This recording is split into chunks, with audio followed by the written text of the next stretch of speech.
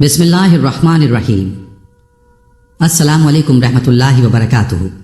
جو کوئی استغفار کو لازم پکڑے، اللہ تعالیٰ اس کے لیے ہر تنگی میں آسانی، ہر غم سے دوری کا سامان پیدا فرمائیں گے اور اسے ایسی جگہ سے رزق نصیب فرمائیں گے جہاں اس کا گمان بھی نہ ہوگا۔ استغفار یا استغفر اللہ ایک بہت محبوب کلمہ ہے جو اللہ تعالیٰ کی رحمت کو قریب لاتا اور انسان کے نامہ اعمال کو ہلکا کرنے کے ساتھ ساتھ بے شمار برکتوں اور فضیلتوں کا باعث بنتا ہے۔ اس ویڈیو میں استغفار کی فضیلت، اس کے فوائد اور اس کی وجہ سے رونما ہونے والے معجزات اور واقعات کے بارے میں بتائیں گے کہ کس طرح استغفار زندگیاں بدلنے کا باعث بنتا ہے۔ یہ ایسا ذکر ہے جس کا ورد کرنے کے بے شمار فوائد ہیں۔ یہ عمل ایسا ہے جس پر اللہ تعالیٰ نے اپنی عزت و جلال کی قسم کھائی ہے۔ مزید آپ کو قرآن و حدیث کے حوالے سے بتائیں گے اس ورد کی کس قدر تاکید بیان ہوئی ہے۔ یہ ایک چھوٹا سا کلمہ کتنا جادوئی اثر رکھتا ہے، اس سے بھی آپ کو آگاہ کریں گے۔ امید ہے کہ یہ ویڈیو دیکھنے کے بعد آپ بھی اپنی روزمرہ زندگی میں اس کو اپنا کر اللہ کی قربت حاصل کر سکیں گے۔ آپ سے گزارش ہے کہ اس ویڈیو کو آخر تک ضرور دیکھیے گا۔ ناظرین، آپ صلی اللہ علیہ وآلہ وسلم نے ارشاد فرمایا کہ قیامت کے روز جو شخص اپنے نامہ اعمال میں استغفار کی کثرت پائے اس کے لیے خوشخبری ہے۔ استغفار کا عمل اللہ تعالیٰ کو بے حد محبوب ہے۔ ایک حدیث میں جناب نبی کریم صلی اللہ علیہ وآلہ وسلم نے ارشاد فرمایا، جب بندہ اللہ تعالیٰ سے توبہ کرتا ہے تو اس کی توبہ سے رب کریم اس سے زیادہ راضی اور خوش ہوتے ہیں جتنا تم میں سے کوئی اس وقت ہوتا ہے جب وہ اپنی سواری پر جنگل و بیابان میں جا رہا ہو، اچانک وہ سواری اس سے گم ہو جائے، اس حال میں کہ اس پر اس کا کھانا پینا بھی رکھا ہو، وہ اس کی واپسی سے مایوس ہو جائے اور ایک درخت کے سائے میں آ کر لیٹ جائے۔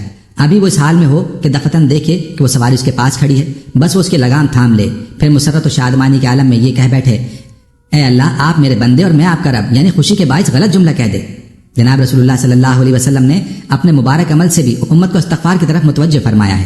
ایک حدیث میں ارشاد فرمایا، اے لوگو اللہ کے سامنے توبہ کرو، بے شک میں بھی دن میں 100 مرتبہ توبہ کرتا ہوں۔ حضرت عبداللہ بن عمر رضی اللہ عنہما فرماتے ہیں، ہم ایک مجلس میں آپ سے 100 مرتبہ استغفار کا یہ کلمہ پڑھنا شمار کیا کرتے تھے، رب اغفر لی وتب علی انک انت التواب الرحیم۔ بعض لوگ یہ کہتے سنائی دیتے ہیں کہ ہم توبہ کے باوجود گناہوں سے باز نہیں آ رہے، تو پھر ایسی توبہ اور ایسے استغفار کا کیا فائدہ؟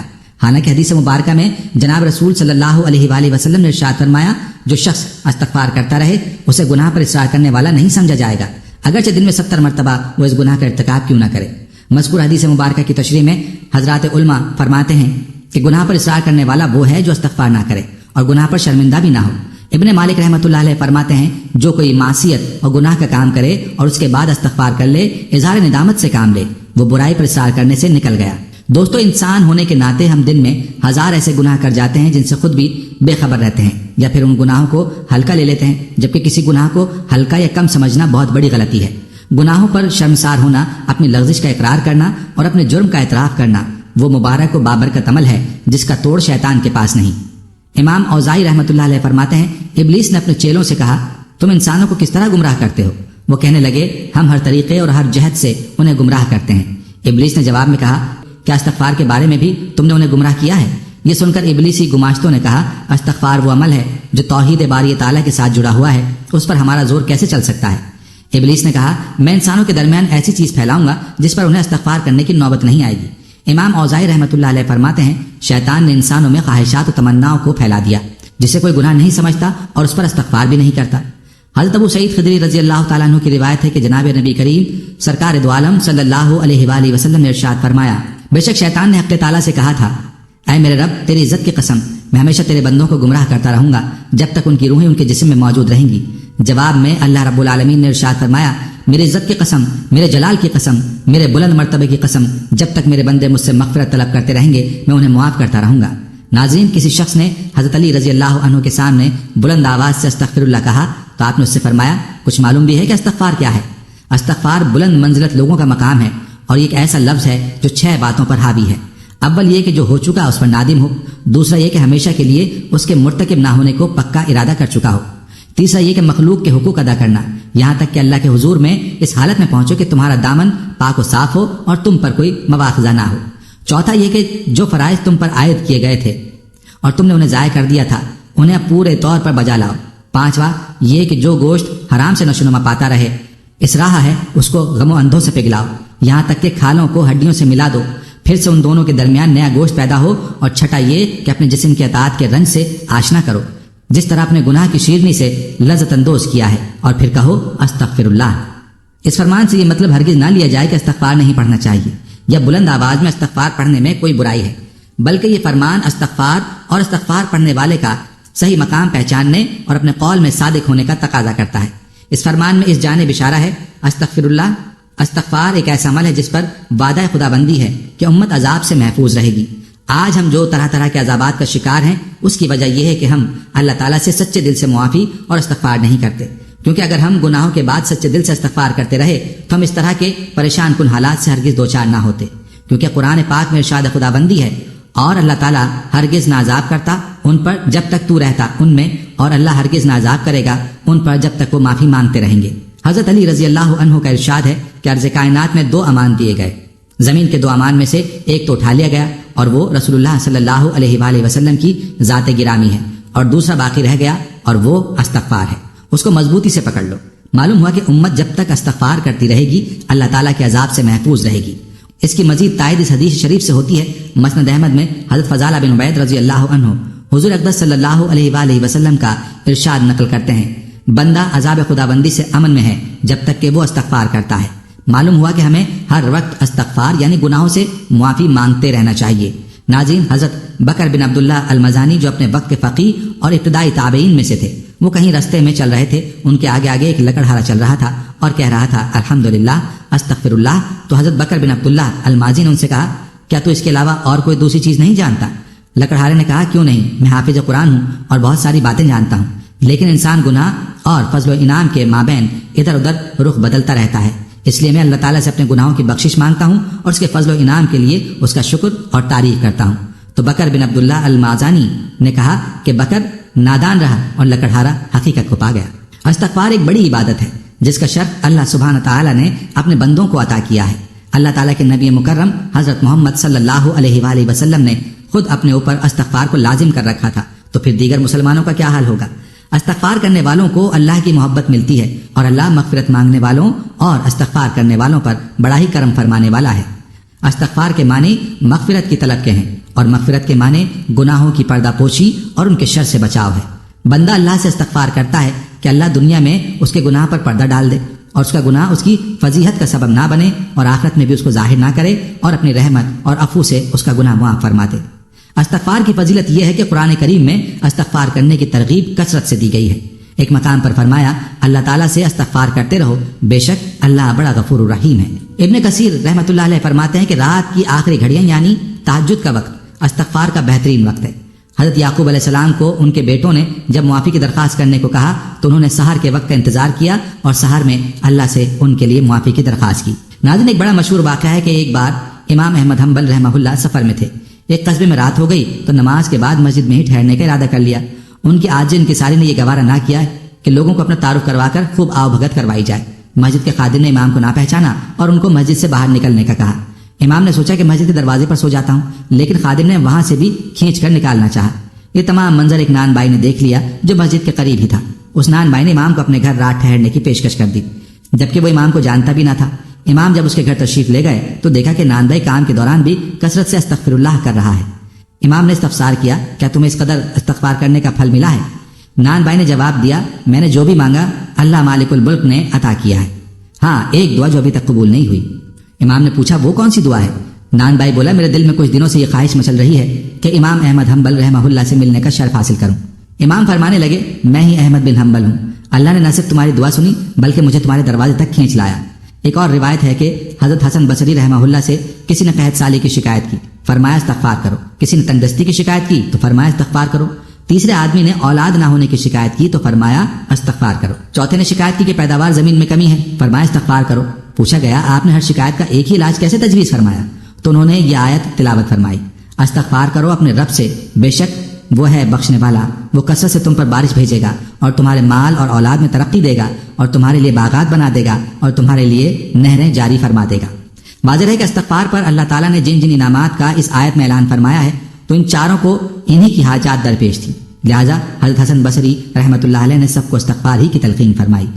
حضرت حسن بصری رحمۃ اللہ علیہ کے عہد میں عتبہ الغلام نامی ایک شخص تھا جس کے ظلم و ستم کی داستانیں مشہور تھیں۔ ایک دن وہ حضرت حسن بصری رحمۃ اللہ علیہ کی محفل میں آیا۔ اس وقت وہ قرآن مجید کی یہ آیت اقدس تلاوت فرما رہے تھے کہ کیا مومنوں کے لیے وہ وقت نہیں آیا کہ ان کے دل اللہ سے ڈریں۔ آپ نے اس آیت کی ایسی تشریح کی کہ لوگ رونے لگے۔ عتبہ الغلام نامی ظالم شخص کھڑا ہو گیا اور کہنے لگا، اے بندہ مومن، کیا مجھ جیسے فاسق و فاجر کی توبہ بھی اللہ قبول فرمائے گا؟ آپ نے فرمایا، بے شک۔ جب عتبہ الغلام نے یہ بات سنی تو اس کا چہرہ زرد پڑ گیا اور کانپتے ہوئے چیخ مار کر بے ہوش ہو گیا۔ جب اسے ہوش آیا تو حضرت حسن بصری رحمۃ اللہ علیہ نے اس کے قریب آ کر اللہ کی رحمتوں اور بخشش پر مبنی دردناک اشعار پڑھے، جنہیں سن کر عتبہ نے پھر چیخ ماری اور بے ہوش ہو گیا۔ جب ہوش آیا تو کہنے لگا، حضرت، کیا مجھ جیسے بدبخت کی توبہ رب کریم قبول کر لے گا؟ حضرت حسن بصری رحمۃ اللہ علیہ نے کہا کہ درگزر کرنے والا رب ظالم بندے کی توبہ بھی قبول فرما لیتا ہے۔ اس وقت عتبہ نے سر اٹھا کر اللہ سے 3 دعائیں کی۔ اے پروردگار، اگر تو نے میرے گناہوں کو معاف اور میری توبہ کو قبول کر لیا ہے تو ایسے حافظے اور عقل سے میری عزت افزائی فرما کہ میں قرآن مجید اور علوم دین میں سے جو کچھ بھی سنوں سے کبھی فراموش نہ کروں۔ اے پروردگار، مجھے ایسی آواز عنایت فرما کہ میری قرأت سن کر سخت سے سخت دل بھی موم ہو جائے، اور اے پروردگار، مجھے رزق حلال عطا فرما اور ایسے طریقے سے دے جس کا تصور بھی نہ کر سکوں۔ اللہ تعالیٰ نے عتبہ کی 3 دعائیں قبول فرما لی۔ اس کا حافظہ اور فہم و فراست حیرت انگیز طور پر بڑھ گیا اور آواز میں ایسی رقت پیدا ہو گئی کہ جب وہ قرآن مجید کی تلاوت کرتا تو ہر سننے والا گناہوں سے تائب ہو جاتا، اور اس کے گھر میں ہر روز 1 پیالہ شوربے کا اور 2 روٹیاں رزق حلال سے پہنچ جاتی، اور کسی کو معلوم نہیں تھا کہ یہ کون رکھ جاتا ہے۔ اس حکایت سے یہ سبق ملتا ہے کہ گناہ سے توبہ کرنے والا بے گناہ کی مانند ہوتا ہے، کیونکہ گناہ کی حقیقت ہے رب سے دوری اور توبہ کی حقیقت ہے رب سے قربت اور نزدیکی۔ لہذا جو شخص سچے دل سے توبہ کر لیتا ہے وہ اللہ کے قریب ہو جاتا ہے۔ ناظرین، حضرت حسن بصری رحمۃ اللہ علیہ فرماتے ہیں کہ ایک دن میں ایک عابد نوجوان کے ہمراہ بصرہ کے بازاروں اور گلیوں میں چکر لگا رہا تھا کہ ہم ایک طبیب کے پاس پہنچے جو کرسی پر بیٹھا ہوا تھا۔ اس کے سامنے مرد، عورتیں، بچے ہاتھ میں بوتلیں لیے کھڑے تھے۔ ان بوتلوں میں پانی تھا۔ ان میں سے ہر ایک حکیم صاحب سے اپنی بیماری کا علاج دریافت کر رہا تھا۔ یہ نوجوان حکیم کی طرف بڑھا اور کہنے لگا، حکیم صاحب، کیا آپ کے پاس کوئی ایسی دوا بھی ہے جو گناہوں کو دھو ڈالے اور دل کی بیماریاں ٹھیک ہو جائیں؟ حکیم صاحب نے کہا، جی ہاں۔ تو نوجوان نے کہا، اچھا پھر دے دیجئے۔ حکیم صاحب نے کہا، 10 چیزیں مجھ سے حاصل کر لے۔ تواضع کے درخت کی جڑوں کے ساتھ فکر کے درخت کی جڑیں لے لے اور توبہ کا ہیلا اس میں ڈال دے، پھر اس کو رضا کی کھرل میں ڈال دے، پھر قناعت کے ہاون دستے سے اسے کوٹ دے، پھر اس کو تقویٰ کی دیگ میں ڈال دے اور حیا کا پانی اس میں ملا دے اور محبت کی آگ سے اسے جوش دے دے، اور پھر شکر کے پیالے میں اس کو نکال دے اور امید کے پنکھے سے اس کو ہوا دے، یعنی ٹھنڈا کر، پھر اس کو حمد کے چمچے سے پی لے۔ جب آپ اس طرح کر لیں گے تو دنیا اور آخرت کی ہر بیماری اور مصیبت آپ کو فائدہ دے جائے گی۔ فائدہ ہی نہ ہوگا بلکہ بیماریاں بھی دور ہو جائیں گی۔ حضرت ابراہیم ادھم رحمۃ اللہ علیہ سے پوچھا گیا کہ اللہ تعالیٰ کا ارشاد ہے، ادعونی استجب لکم، مجھے پکارو میں قبول کروں گا، لیکن ہم دعا مانگتے ہیں وہ قبول نہیں ہوتی۔ فرمایا، دعائیں کیسے قبول ہوں؟ تمہارے دلوں کی 10 چیزیں مر گئی ہیں۔ نمبر 1، تم نے اللہ تعالیٰ کو پہچان لیا لیکن اس کا حق ادا نہیں کیا۔ نمبر 2، تم نے اللہ تعالیٰ کی کتاب پڑھی لیکن اس پر عمل نہیں کیا۔ نمبر 3، ابلیس ملعون سے دشمنی کا دعویٰ تو کیا لیکن اس سے دوستی کی۔ نمبر 4، پیغمبر صلی اللہ علیہ وآلہ وسلم کے ساتھ محبت کا دعویٰ تو کیا لیکن ان کی سنتوں کو یکسر چھوڑ رکھا ہے۔ نمبر 5، جنت کی محبت کا دعویٰ تو کیا لیکن اس کے لیے عمل نہ کیا۔ نمبر 6، جہنم سے خوف کا دعویٰ تو کیا لیکن گناہوں سے باز نہ آئے۔ نمبر 7، موت کے حق ہونے کا دعویٰ تو کیا لیکن اس کی تیاری نہیں کی۔ نمبر 8، دوسروں کے عیوب تلاش کرنے میں تو مشغول ہو گئے اور اپنے عیوب کی اصلاح چھوڑ دی۔ نمبر 9، اللہ تعالیٰ کا دیا ہوا رزق کھاتے ہیں لیکن شکر کرنا چھوڑ دیا۔ نمبر 10، مردوں کو اپنے ہاتھوں سے دفن کرتے ہیں لیکن عبرت حاصل نہیں کرتے۔ ناظرین، اللہ کا عذاب بہت سخت ہے، لیکن اگر اپنے گناہوں کی وجہ سے انسان کسی آزمائش میں آ جائے تو اس کو ختم کرنے کا بھی اللہ تبارک و تعالیٰ نے طریقہ بتا دیا ہے، جو حضرت نوح علیہ السلام کی زبانی قرآن نے بیان فرمایا ہے کہ انہوں نے کہا، اپنے رب کے حضور استغفار کرو، وہ تمہیں 5 نعمت دے گا اور یقین رکھنا وہ معاف ضرور کرے گا کیونکہ وہ بہت زیادہ معاف کرنے والا ہے۔ وہ 5 نعمتیں یہ ہیں۔ نمبر 1، آسمان سے تم پر موسلا دھار بارش برسائے گا۔ نمبر 2، تمہارے مال کے ذریعے۔ نمبر 3، اولاد کے ذریعے مدد کرے گا۔ نمبر 4، تمہیں باغات عطا فرمائے گا، اور نمبر 5، اور نہریں عطا فرمائے گا۔ پتہ چلا کہ استغفار پر اللہ تبارک و تعالیٰ آسمان و زمین اور اس کے درمیان کی نعمتیں انسان کو عطا فرماتا ہے۔ ملاحظہ فرمائے کہ پہلی نعمت کا تعلق آسمان سے بتایا، دوسری اور تیسری کا تعلق آسمان و زمین کے درمیان سے بتایا، اور چوتھی اور پانچویں کا تعلق زمین سے بتایا، جس کا واضح مطلب یہ ہے کہ آسمان و زمین اور اس کے درمیان کی نعمتیں اللہ تعالیٰ استغفار کی برکت سے عطا فرمائے گا۔ اب استغفار سے 5 نعمتیں مل رہی ہیں، لیکن ہماری جو پوری زندگی کی ضروریات ہیں جسے ہم اپنے نعروں میں ذکر کرتے ہیں، یعنی روٹی، کپڑا اور مکان، وہ صرف اس میں ایک اموال سے متعلق ہے۔ اس کے علاوہ کی نعمتیں مال کے ذریعے حاصل نہیں کی جا سکتی، اس لیے مصنوعی بارشیں اب تک کارآمد نہیں بنی، بلکہ اسے صرف سازشوں اور دیگر کاموں کے لیے استعمال کیا گیا ہے، اور نہ ہی اولاد مال کے ذریعے حاصل کی جا سکتی ہے۔ جب تک اللہ تعالیٰ نہ چاہے اولاد نہیں مل سکتی۔ بچوں کو گود لینا اولاد کی نعمت کی طرح نہیں ہے، غرض انسان اولاد کی نعمت مال کے ذریعے حاصل نہیں کر سکتا، اس لیے یہ کہنا بے جا نہیں ہوگا کہ اولاد خالص اللہ کا فضل ہے جو مال کے ذریعے حاصل نہیں ہو سکتا۔ چوتھی چیز باغات ہیں، یعنی زمین کو اللہ تعالیٰ زرخیزی نصیب فرمائے گا۔ اگرچہ شہروں میں بسنے والے ان باغات اور کھیتوں کو دیہاتی زندگی سے ملائیں، لیکن حقیقت یہ ہے کہ اگر زمین میں زرخیزی نہ ہو تو شہروں میں بسنے والے آٹے دال تک کے لیے ترس جائیں۔ ان ممالک کی طرح جن کے پاس پیسہ وافر مقدار میں ہے لیکن ان کی خوراک مکمل باہر پر مدار رکھتی ہے، جب تک باہر سے کچھ نہ آ جائے اور پھر جیسا کیسا بھی ہو انہیں وہی استعمال کرنا پڑتا ہے۔ تو زمین کی زرخیزی مال سے نہیں ہوتی، یہ زرخیز زمین اللہ کی بہت بڑی نعمت ہے، اور اللہ تعالیٰ فرماتا ہے کہ یہ میں استغفار کی برکت سے عطا کرتا ہوں۔ پانچویں چیز جس کا ذکر ہے وہ نہریں ہیں۔ سمندر اگرچہ بہت بڑا ہے، دنیا کے ایک بہت بڑے حصے پر غالب ہے، لیکن زمینی فوائد جتنے نہروں کے پانی سے حاصل کیے جا سکتے ہیں اس قدر سمندر کے پانی سے نہیں کیے جا سکتے۔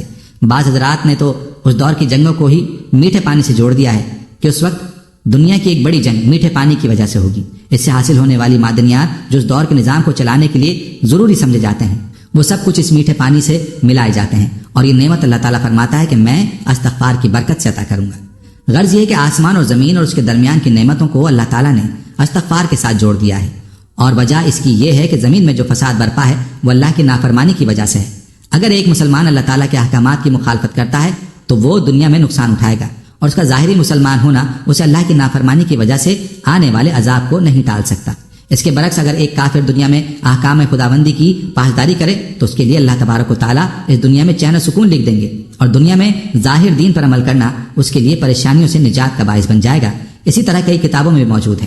ناظرین، ڈاکٹر عمر عبدالکافی نے بتایا کہ ایک دن وہ مسجد میں جمعے کا خطبہ دے رہے تھے۔ نماز کے بعد ایک آدمی ان کے پاس آیا جس کے لمبے بال اور لمبی داڑھی تھی۔ حیرت کی بات ہے کہ اس نے ظاہر کیا کہ اسے اپنے بارے میں بالکل پرواہ نہیں ہے۔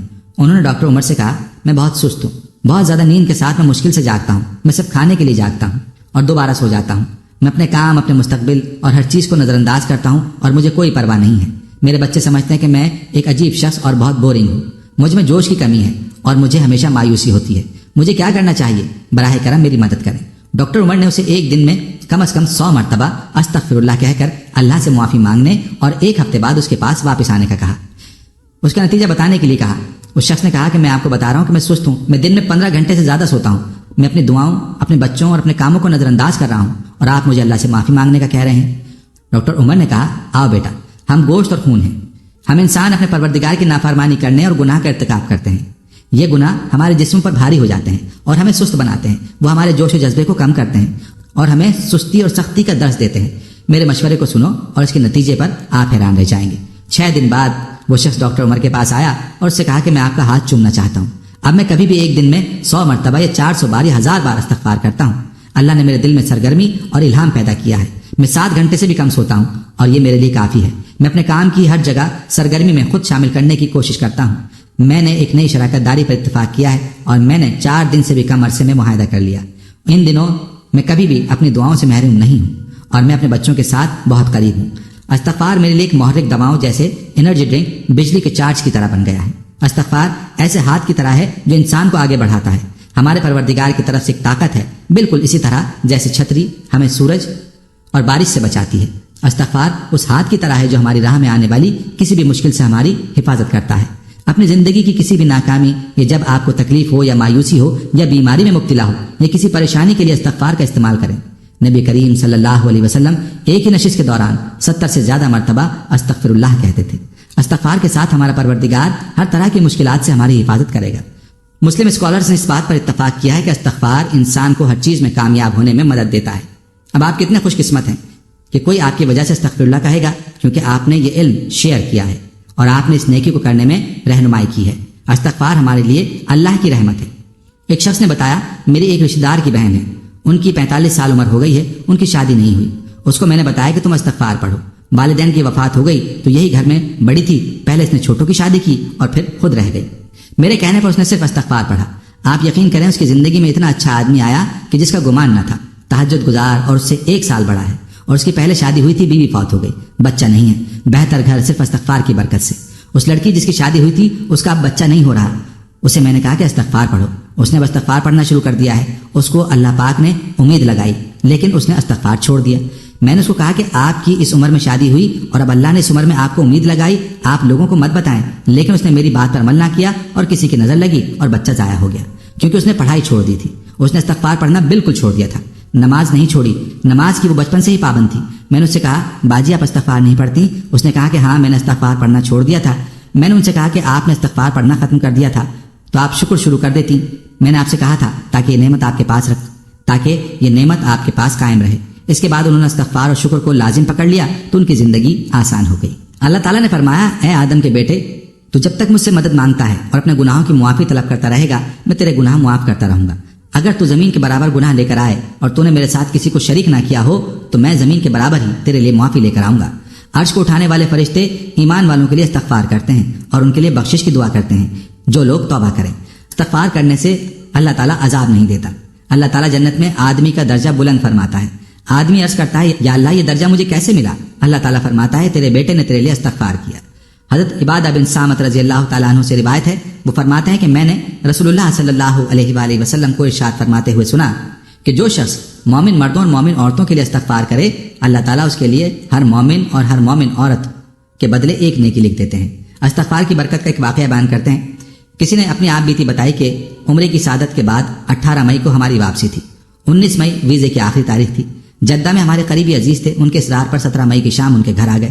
انہوں نے ہمیں ایئرپورٹ چھوڑنا تھا۔ ایئرپورٹ سے ایک شخص نے تمام معلومات، فلائٹ ٹائم اور کس ایئرپورٹ پر جانا تھا آگاہ کیا۔ ہم خوشی خوشی ایئرپورٹ پہنچے، لیکن تقدیر کہ یہ وہ ایئرپورٹ نہ تھا۔ ناشنا لوگ ادھر ادھر دکھائی دیے۔ عجب عالم بے بسی کا تھا، نہ کوئی بات سننے والا نہ سمجھنے والا۔ ڈبل کرایہ ادا کیا اور مطلوبہ ایئرپورٹ آئے، لیکن قسمت نے ساتھ نہ دیا، جہاز جا چکا تھا۔ ہم روتے کانپتے واپس انہیں کے گھر آئے۔ ویزا ٹائم ختم ہونے کے بعد وہاں رہنا قانوناً جرم تھا۔ بہت کوشش کی لیکن ہمیں ٹکٹ 3 دن بعد ملنے تھے۔ وہ رات کانٹوں پر گزری، ایک پل چین نہیں آ رہا تھا۔ یوں اٹھتے بیٹھتے اختر شماری کرتے توبہ استغفار پڑھتے رہے۔ صبح 4 بجے میرا بیٹا اپنے پھپھا کے ہمراہ ایئرپورٹ گیا کہ شاید کوئی واقف مہربان ہو اور کام بن جائے۔ معلوم ہوا کہ پاکستان فلائٹ جا رہی ہے۔ اگر کوئی مسافر غیر حاضر ہوئے تو ہمارے لیے چانس ہے۔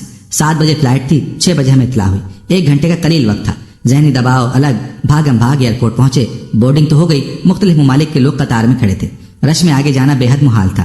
اس فلائٹ کے مسافر ایئر بس کی طرف جا رہے تھے۔ صرف 6 مسافر ویٹنگ روم میں باقی تھے جنہوں نے اس فلائٹ میں پاکستان آنا تھا۔ قطار میں ہمارا دل ڈوبا جا رہا تھا۔ اتنے میں اطلاع ملی کہ کمپیوٹر سسٹم جام ہو گیا ہے۔ ہم بھی اندر جا چکے تھے جہاں کاغذات اسٹیمپ ہونا تھے۔ آدھ گھنٹے کی کوشش کے بعد سسٹم بحال ہوا اور شان خداوندی دیکھیں کہ سب سے پہلے ہمارے کاغذات کلیئر ہوئے اور جو مسافر پہلے سے موجود تھے وہ بعد میں فارغ ہوئے۔ وہ رب کتنا مہربان اور کتنی کرم نوازیاں کرتا ہے۔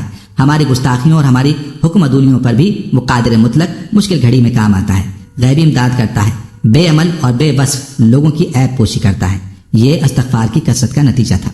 یوں تو اسلام بطور دین ایک مکمل ضابطہ حیات ہے جو مسلمانوں کو بامقصد زندگی گزارنے کا مکمل طریقہ بتاتا ہے۔ اللہ تعالیٰ نے انسان کو اشرف المخلوقات بنایا، یعنی سوچنے سمجھنے کی صلاحیت دی، صحیح اور غلط کی آگاہی دی۔ اب یہ انسانی عقل پر منحصر ہے کہ وہ سیاہ کرتا ہے یا سفید، لیکن انسان خطا کا پتلا ہے اور اللہ ہمیشہ اپنے بندوں کے ساتھ رحم کا معاملہ کرتا ہے۔ اس لیے اس نے مسلمانوں کے لیے ہدایت کا راستہ بھی کھلا رکھا ہے تاکہ اگر کوئی مسلمان گناہ کا مرتکب ہو جائے تو وہ توبہ استغفار سے فلاح کا راستہ پا سکے۔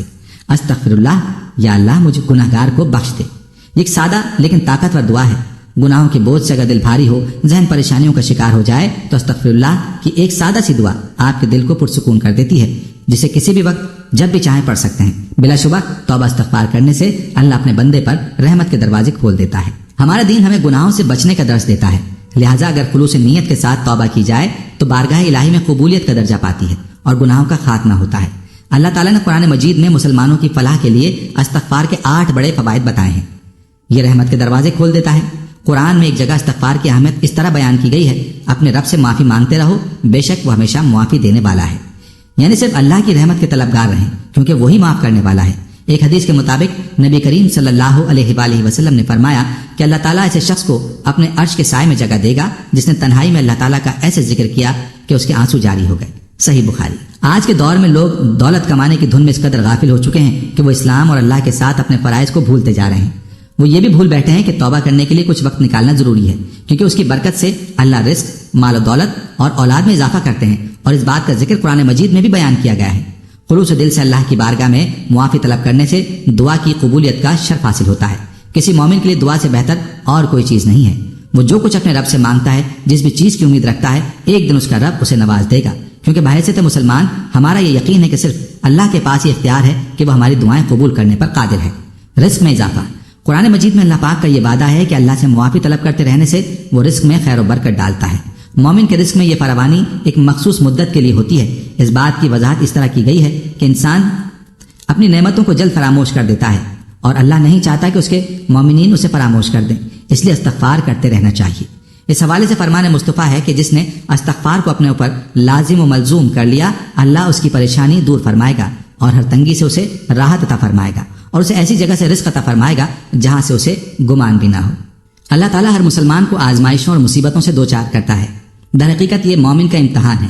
اللہ اس طرح مومن کی اپنی ذات اور اسلام پر اعتقاد کی مضبوطی کو جانچتا ہے۔ ایسے وقت میں شکوہ نہیں، اللہ سے معافی مانگنی چاہیے، استغفار کرنا چاہیے، کیونکہ رب العالمین اپنے معافی کے طلبگار بندے کو سزا نہیں دیتا بلکہ معاف کرتا ہے اور عام زندگی میں بھی یہی طرز عمل اختیار کرنے کا درس دیتا ہے۔ توبہ استغفار کی فضیلت بندے کے لیے اللہ کی رحمت اور فضل کے دروازے کھول دیتا ہے۔ بے شک اللہ بہت رحیم و کریم ہے، اور جب ہم اس سے گڑ گڑا کر معافی طلب کرتے ہیں تو وہ ہمیں ہدایت نصیب فرماتا ہے، اپنی رحمتوں سے نوازتا ہے اور ہمارا دل اپنی جانب راغب کر لیتا ہے۔ اس وقت ہماری زندگی عدم تحفظ کا شکار ہے۔ بلا شبہ استغفار کا ورد ہماری دنیاوی زندگی میں صبر عطا کرنے کا بہترین ذریعہ ہے۔ یہ ہمیں ذہنی، جذباتی اور روحانی طور پر مضبوط کرتا ہے۔ قرآن میں ایک جگہ بیان کیا جاتا ہے کہ اپنے رب سے معافی مانگو اور پھر اس سے توبہ کرو، وہ تمہارے پر آسمان سے بارش برسائے گا اور تمہیں اپنی طاقت میں طاقت بخشے گا۔ قرآن مجید میں استغفار کرنے والے سے اللہ نے وعدہ کیا ہے کہ وہ اس کو اپنے بے پناہ فضل سے نوازے گا، اس دنیا میں بھی اور آخرت میں بھی۔ قرآن میں اللہ تعالیٰ اپنے بندوں سے مخاطب ہو کر فرماتا ہے، اور تمہارے لیے باغات مہیا کرو اور تمہارے لیے دریاؤں کا سامان مہیا کرو۔ حضرت ثوبان رضی اللہ تعالیٰ عنہ فرماتے ہیں کہ 40 صحابہ کرام رضوان اللہ علیہم اجمعین، جن میں حضرت ابوبکر اور حضرت عمر رضی اللہ تعالیٰ عنہما بھی تھے، جمع ہو کر جبر و قدر میں بحث کرنے لگے تو روح الامین حضرت جبریل علیہ السلام حضور اقدس صلی اللہ علیہ وآلہ وسلم کے دربار میں حاضر ہوئے اور عرض کی، یا رسول اللہ صلی اللہ علیہ وآلہ وسلم، آپ باہر اپنی امت کے پاس تشریف لے جائیں۔ انہوں نے ایک نیا کام شروع کر دیا ہے۔ چنانچہ حضور صلی اللہ علیہ وآلہ وسلم اس حال میں باہر تشریف لائے کہ غصے سے آپ صلی اللہ علیہ وآلہ وسلم کا چہرہ مبارک سرخی میں اس طرح نمایاں تھا جیسے سرخ انار کا دانہ آپ صلی اللہ علیہ وآلہ وسلم کے رخسار مبارک پر نچوڑا گیا ہو۔ صحابہ کرام رضوان اللہ تعالی علیہم حضور اکرم صلی اللہ علیہ وآلہ وسلم کی اس کیفیت کو دیکھ کر کھلے بازو آپ صلی اللہ علیہ وآلہ وسلم کے استقبال کے لیے آگے بڑھے، اور ان کا حال یہ تھا کہ ان کے ہاتھ اور بازو کانپ رہے تھے، اور عرض کی، تبنا الی اللہ و رسولہ، ہم نے اللہ تعالیٰ اور رسول اللہ صلی اللہ علیہ وآلہ وسلم کے دربار میں توبہ پیش کی۔ آپ صلی اللہ علیہ وسلم نے ارشاد فرمایا، قریب تھا کہ تم اپنے اوپر جہنم کو واجب کر لیتے۔ میرے پاس جبریل امین علیہ السلام تشریف لائے اور عرض کی کہ آپ صلی اللہ علیہ وسلم باہر امت کے پاس تشریف لے جائیں، انہوں نے نیا کام شروع کر دیا ہے۔ معجم الکبیر۔ حضرت شداد بن اوس روایت کرتے ہیں کہ نبی کریم صلی اللہ علیہ وآلہ وسلم نے فرمایا، جو شخص یقین کامل کے ساتھ صبح کی نماز کے بعد سید الاستغفار پڑھے گا، اگر اسی دن شام سے پہلے مر گیا تو سیدھا جنت میں جائے گا۔ اسی طرح جو شخص یقین کامل کے ساتھ مغرب کی نماز کے بعد سید الاستغفار پڑھے گا، اگر اسی رات صبح سے پہلے مر گیا تو سیدھا جنت میں جائے گا۔ سید الاستغفار یہ ہے، اے اللہ، تو ہی میرا رب ہے، تیرے علاوہ کوئی عبادت کے لائق نہیں، تو نے مجھے پیدا کیا اور میں تیرا بندہ ہوں اور تیرے عہد اور وعدے پر قائم ہوں۔ نجس قدرت طاقت رکھتا ہوں، میں نے جو کچھ کیا اس کے شر سے تیری پناہ چاہتا ہوں، اپنے آپ پر تیری نعمت کا اقرار کرتا ہوں اور اپنے گناہوں کا اعتراف کرتا ہوں، بس مجھے بخش دے، کیونکہ تیرے علاوہ کوئی گناہوں کو نہیں بخش سکتا۔ حضرت ابو لبابہ بن عبد المنذر رضی اللہ تعالیٰ عنہ سے بنو قریظہ کے موقع پر ایک خطا سرزد ہو گئی تو آپ رضی اللہ عنہ اس قدر نادم ہوئے کہ خود کو ایک ستون کے ساتھ باندھ دیا اور کہا، جب تک اللہ تعالیٰ میری توبہ قبول نہیں فرمائے گا تب تک نہ میں کچھ کھاؤں گا، نہ پیوں گا، نہ کوئی چیز چکھوں گا، یہاں تک کہ مجھے موت آ جائے۔ یا اللہ میری توبہ قبول فرما لے۔ حضور علیہ الصلوۃ والسلام کو جب ان کے بارے میں پتہ چلا تو ارشاد فرمایا، اگر یہ میرے پاس آ جاتا تو میں اس کے لیے مغفرت طلب کرتا، لیکن اب اس نے خود کو باندھ لیا ہے تو جب تک اللہ تعالیٰ ان کی توبہ قبول نہ فرمائے میں نہیں کھولوں گا۔ 7 دن تک ابو لبابہ رضی اللہ تعالیٰ عنہ نے نہ کوئی چیز کھائی، نہ پی، نہ چکھی، حتیٰ کہ ان پر غشی طاری ہو گئی۔ پھر اللہ تعالیٰ نے ان کی توبہ قبول فرمائی۔ جب انہیں توبہ کی قبولیت کے بارے میں بتایا گیا تو فرمایا، خدا کی قسم میں اس وقت تک خود کو نہیں کھولوں گا جب تک نبی کریم صلی اللہ علیہ وآلہ وسلم تشریف لا کر اپنے دست اقدس سے مجھے نہیں کھولتے۔ چنانچہ تاجدار رسالت صلی اللہ تعالی علیہ وآلہ وسلم تشریف لائے اور اپنے پیارے صحابی رضی اللہ تعالیٰ عنہ کو بندشوں سے آزاد فرمایا۔ دلائل نبوہ۔ اللہ تعالیٰ ہمارے ان پتھر اور سیاہ نما دلوں کو نرم اور صاف کر کے صحیح اور پختہ توبہ کرنے کی توفیق عطا فرمائے، آمین۔ بجا سید المرسلین۔ حضرت داؤد علیہ السلام کی 99 بیویاں تھیں، پھر کسی اور عورت سے ازدواجی رشتہ قائم کرنے کا خیال آیا۔ اللہ تعالیٰ کو ان کا یہ خیال اور ارادہ ناگوار گزرا۔ اس کا امتحان لینے اور اس کی غلطی کا احساس دلانے کی خاطر اللہ تعالیٰ نے 2 فرشتے انسانی شکل و شبہات میں حضرت داؤد علیہ السلام کے پاس بھیجے۔ انہوں نے اپنا کیس حضرت داؤد علیہ السلام کی خدمت میں پیش کیا۔ ایک نے کہا میرے پاس صرف ایک دمبی ہے اور ساتھی کے پاس 99 دمبیاں ہیں، یہ میری ایک دمبی بھی میرے پاس نہیں رہنے دیتا بلکہ اس کا مطالبہ کرتا ہے کہ یہ مجھے دے دو۔ حضرت داؤد علیہ السلام فرماتے ہیں کہ اس نے تجھ سے دمبی کا سوال کر کے بہت برا کیا، یہ تو ظالمانہ کام ہے۔ پھر اپنا بلی ارادہ یاد آتا ہے اور سمجھتے ہیں کہ اللہ تعالیٰ نے مجھے میری غلطی پر متنبہ کیا ہے۔ چنانچہ حضرت داؤد علیہ السلام بارگاہ ایزدی میں سربسجود ہو کر اپنی غلطی کی معافی مانگتے ہیں، انہیں اللہ تعالیٰ کی طرف سے معافی ہو جاتی ہے۔ ایک دفعہ حضرت سلیمان علیہ السلام کے پاس دریائے نسل کے عمدہ گھوڑے لائے گئے۔ آپ ان کی دیکھ بھال میں اس قدر مصروف رہے کہ نماز اثر پڑھنا بھول گئے۔ جب سورج غروب ہو گیا تو نماز یاد آئی۔ اب کیا تھا، انہوں نے گھوڑوں کو جن کی دیکھ بھال میں نماز اثر یاد نہ رہی اور فوت ہو گئی اپنے ہاتھوں سے ذبح کیا اور اللہ تعالیٰ سے معافی مانگی، اے میرے پروردگار مجھے معافی دیجیے اور مجھے ایسی سلطنت عطا کیجیے جو میرے بعد کسی کو نصیب نہ ہو۔ ایک قطبی اور ایک اسرائیلی کسی بات میں آپس میں جھگڑ رہے تھے۔ حضرت موسیٰ علیہ السلام اسرائیلی کی حمایت کرتے ہوئے قطبی کو ایک مکہ مارتے ہیں جس سے وہ ہلاک ہو جاتا ہے۔ فوراً اپنی کوتاہی و غلطی کا احساس پیدا ہوتا ہے اور اللہ تعالیٰ کی بارگاہ میں استغفار کرتے ہیں، اے میرے پروردگار قطبی کو مار کر میں نے اپنی جان پر ظلم کیا، مجھے معافی دیجیے۔ اللہ تعالیٰ نے انہیں معافی عنایت فرمائی۔ حضرت یونس علیہ السلام اپنے قوم کو بعض و نصیحت کرتے، آخر قوم کی سرکشی اور طغیانی کو دیکھ کر مایوس ہو جاتے ہیں اور اذن الہی کے بغیر شہر چھوڑ کر چلے جاتے ہیں اور قوم کے لیے عذاب کی دعا کرتے ہیں۔ حضرت یونس علیہ السلام کی قوم عذاب کی خبر سن کر خوفزدہ ہو جاتی ہے، چنانچہ تمام مل کر بارگاہ الہی میں توبہ تائب ہوتے ہیں۔ اللہ تعالیٰ ان کی دعاؤں کو قبول فرماتے ہیں اور عذاب الہی ان سے ٹل جاتا ہے۔ ادھر حضرت یونس علیہ السلام اپنی غلطی کی بدولت لقمہ حوت بن جاتے ہیں اور ان کے پیٹ میں اللہ رب العزت کی بارگاہ عالی میں ان کے ساتھ معافی مانگتے ہیں۔ لا الہ الا انت سبحانک انی کنت من الظالمین، سورہ انبیاء۔ تیرے سوا کوئی عبادت کے لائق نہیں، تو پاک ہے، بے شک میں ہی ظالموں میں سے ہوں۔ 40 روز تک انہی الفاظ سے اپنے مالک حقیقی سے مانگتے رہے، پھر جا کر انہیں معافی ملی۔ حضرت صلی اللہ علیہ وآلہ وسلم کی ذات گرامی وہ ہستی ہے جس کے متعلق امت محمدیہ کا یہ عقیدہ ہے کہ آپ صلی اللہ علیہ وآلہ وسلم معصوم عن الخطا ہیں۔ آپ صلی اللہ علیہ وآلہ وسلم نے اپنی حیات مبارکہ کا ایک ایک لمحہ اطاعت اور عبادت الہی میں گزارا۔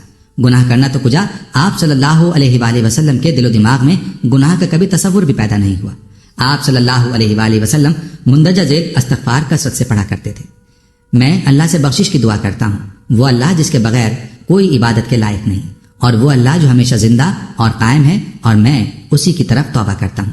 غرض یہ کہ تمام انبیاء علیہ السلام حتیٰ کہ حضرت محمد صلی اللہ علیہ وآلہ وسلم نے توبہ استغفار کو اپنا اوڑھنا اور بچھونا بنایا ہوا تھا، اور ہر وقت ان کی زبان مبارک سے استغفار کے کلمات ہی سنائی دیتے تھے۔ معلوم ہوا کہ استغفار اللہ تعالیٰ کی رضا کا سب سے بڑا ذریعہ ہے۔ انسان خواہ گناہوں میں ڈوبا ہوا ہو، جب بارگاہ ایزدی میں سر جھکا کر رب رب کے الفاظ سے اپنے خالق حقیقی سے معافی مانگتا ہے تو اس کی رحمت کا بحر بے کراں جوش میں آ کر اس سے گناہوں کے تمام خس و خاشاک کو بہا کر لے جاتا ہے، اور اللہ تعالیٰ ایسے شخص سے بے حد خوش ہوتے ہیں۔ چنانچہ ایک حدیث شریف میں آتا ہے کہ اللہ تعالیٰ اپنے بندے کی توبہ سے اس شخص سے بھی زیادہ خوش ہوتے ہیں جو ایک بے آب و گیا چٹیل میدان میں اترتا ہے، اس کے پاس سواری ہوتی ہے جس پر اس کا خورد و نوش کا سامان بندھا ہوا ہوتا ہے، وہ وہاں چند منٹ سستانے کی غرض سے لیٹ جاتا ہے۔ تھوڑی دیر کے بعد جب بیدار ہوتا ہے تو کیا دیکھتا ہے کہ اس کی اونٹنی بما سامان خورد و نوش غائب ہے۔ اس کی تلاش میں جنگل کا کونا کونا چھانتا ہے لیکن کہیں سے سراغ نہیں ملتا، حتیٰ کہ گرمی و تشنگی سے مغلوب ہو کر اسی جگہ پر واپس آ جاتا ہے جہاں پہلے لیٹا ہوا تھا۔ وہاں پر مرنے کا فیصلہ کر لیتا ہے اور اپنا سر بازو کے نیچے رکھ کر لیٹ جاتا ہے تاکہ وہ موت کے ذریعے اس مصیبت اور پریشانی سے نجات پائے۔ تھوڑی دیر بعد بیدار ہوتا ہے، کیا دیکھتا ہے کہ اس کی اونٹنی بما سامان خورد و نوش اس کے سر پر کھڑی ہے۔ یہ ماجرا دیکھ کر خوشی سے پھولا نہیں سماتا، فرحت و انبساط کا اس قدر غلبہ ہوتا ہے کہ اس کا دماغی توازن درست نہیں رہتا۔ خوشی میں آ کر کہتا ہے کہ یا الہی تو میرا بندہ ہے اور میں تیرا رب ہوں۔ ویسے تو جس لمحے اور جس ساتھ انسان اللہ تعالیٰ کو یاد کرتا ہے اور پکارتا ہے تو وہ سنتا ہے اور مجیب الدعوات ہے، لیکن رات کا آخری ثلث اس کام کے لیے زیادہ مخصوص ہے۔ حضرت یعقوب علیہ السلام سے جب ان کی اولاد نے اپنی غلطی کی معافی چاہی تو جواب دیا کہ میں جلد ہی اپنے پروردگار سے تمہاری معافی کی درخواست کروں گا۔ چنانچہ مفسرین نے بیان کیا ہے کہ انہوں نے اپنی اولاد کی کوتاہی کی معافی کی درخواست ہنگام سحر بارگاہ ایزدی میں پیش کی تھی۔ حضرت عبداللہ بن عمر رات کو نماز پڑھتے، جب رات کا آخری حصہ ہوتا تو دعا اور استغفار میں مشغول ہو جاتے۔ حضرت انس بن مالک فرماتے ہیں کہ ہمیں یہ حکم تھا کہ رات کو جب نماز پڑھیں تو صبح تک استغفار میں مشغول رہیں۔ انسان کے گناہ خواہ ریت کے ذروں کے برابر ہوں یا بحر بے کراں کے قطرات سے زائد ہوں تو بھی استغفار سے سب محو ہو جاتے ہیں۔ چنانچہ نبی کریم صلی اللہ علیہ وآلہ وسلم فرماتے ہیں، اللہ تعالیٰ اے ابن آدم تو جب تک مجھ سے دعا کرے گا اور امید رکھے گا تیرے جو بھی گناہ ہوں گے معاف کر دوں گا، اور مجھے اس بات کی کوئی پرواہ نہیں۔ اے آدم کے بیٹے، اگر تیرے گناہ آسمان کی بلندیوں تک پہنچ جائیں پھر تو مجھ سے معافی مانگے تو بھی میں تجھے گناہوں سے معافی دوں گا، اور مجھے اس کی کوئی پرواہ نہیں۔ اے ابن آدم، اگر تو زمین کے برابر گناہ لایا لیکن شرک نہ کیا تو میں اتنی ہی مغفرت اور بخشش لے کر تیرے پاس آؤں گا۔ جس طرح لوہا پانی میں پڑا رہنے سے زنگ خوردہ ہو جاتا ہے، اسی طرح انسانی قلوب گناہوں کی نجاست سے آلودہ ہونے کے باعث زنگ خوردہ اور سیاہی آلود ہو جاتے ہیں۔ ایسے وقت استغفار کی ریتی ہی اس زنگ کو دور کر کے چمکا سکتی ہے۔ چنانچہ حضور صلی اللہ علیہ وآلہ وسلم کی ایک طویل حدیث ہے جس کے آخر میں یہ ذکر ہے، یعنی اگر انسان توبہ کر لے، اپنے گناہوں سے معافی مانگے تو اس سے اس کا قلب چمک اٹھتا ہے۔ ناظرین، یہ تھی ہماری آج کی ویڈیو۔ امید ہے کہ آپ کو ہماری آج کی یہ ویڈیو ضرور پسند آئی ہوگی۔ اگر ویڈیو پسند آئی ہے تو اس کو لائک کریں اور اپنے پیاروں اور دوستوں کے ساتھ ضرور شیئر کریں۔ کمنٹس میں آپ ہمیں بتائیں کہ آپ اور کن موضوعات پر ویڈیو دیکھنا چاہتے ہیں۔ اس کے ساتھ ساتھ آپ کمنٹس میں ہم سے سوالات بھی پوچھ سکتے ہیں، لیکن یہ سب کرنے سے پہلے ہمارے چینل کو سبسکرائب کر لیں اور بیل کے بٹن کو بھی پریس کر لیں تاکہ ہماری آنے والی مزید معلوماتی ویڈیوز کا نوٹیفیکیشن آپ کو بر وقت مل سکے اور آپ علم کے اس خزانے سے مستفید ہو سکیں۔ اب ملاقات ہوگی آنے والی ویڈیو میں، تب تک کے لیے خدا آپ کا حامی و ناصر ہو۔ فی امان اللہ۔